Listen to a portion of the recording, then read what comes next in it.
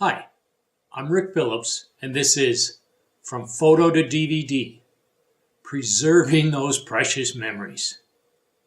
In this course, we're going to cover three primary topics. First will be digital photography. In particular, we're going to take a look at some strategies and techniques for improving the way you take pictures. We'll take a pretty deep dive into portraits and landscapes and a little less deep dive into sports, low light, and underwater photography. The whole goal being to get you to start thinking about the power of composition, the power of light, the power of color in your pictures. We'll be content if you never get out of fully automatic mode, but we're certainly going to introduce you to the power of those controls on that DSLR that you have. Should be great fun. We'll next take a look at editing photos in Adobe Photoshop Elements. Now, if you don't have this software, it's not a big deal because I'm going to, in the course, show you how to download the free trial version. If you ultimately decide you're not interested in it, many of the techniques and strategies we'll learn are going to transfer directly to the free software that came with your operating system. Just please understand that Photoshop and Premiere are going to edit videos and photos in a much more elegant fashion than the stuff that came free. There's a reason they cost a little. Regardless, once we open up Photoshop Elements, we're going to start out real simple with things like cropping and adjusting lighting and adjusting colors, straightening images, stuff like that. Very simple stuff. But also note, by the time we're done, we're going to be adding special effects. We're going to be doing photo merges. We're going to be looking at panoramas, lots of fun stuff. And in fact, upon completion, we'll be actually creating our own imagery for things like menus in Photoshop. It's great stuff. Finally, last topic will be Adobe Premiere Elements and the creation of videos and ultimately DVDs using that tool.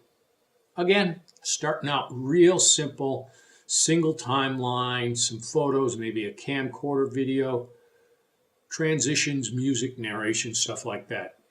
Please note though, however, by the time we're done, we're going to be looking at montages. We're going to be looking at multiple audio and video timelines, creating our own menu, and ultimately burning a DVD, that heirloom which can be passed down generations to generations and appreciated on those cold winter nights. It's a beautiful thing. I hope you enjoy.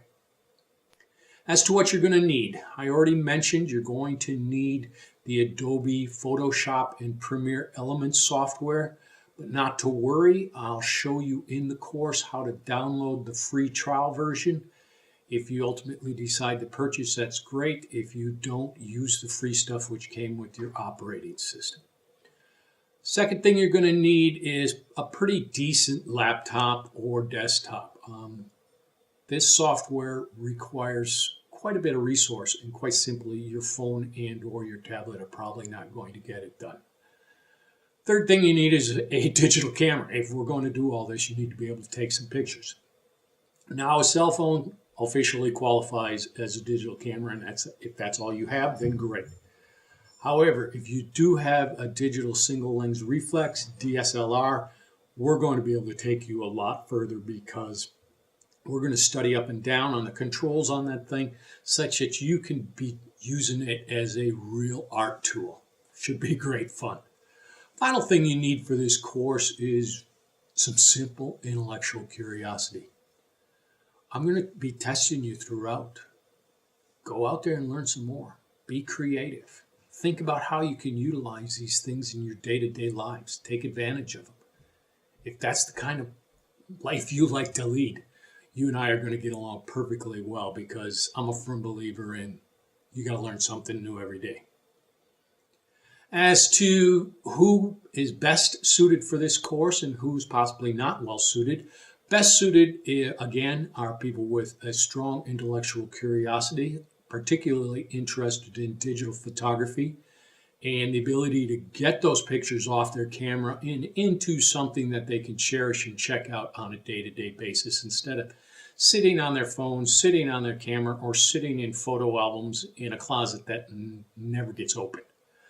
As to who probably isn't well suited, if you're a professional videographer, professional photographer, this is not the course for you. It's going to be simply far too elementary. We're not going to take an academic look at this. We're going to have some fun.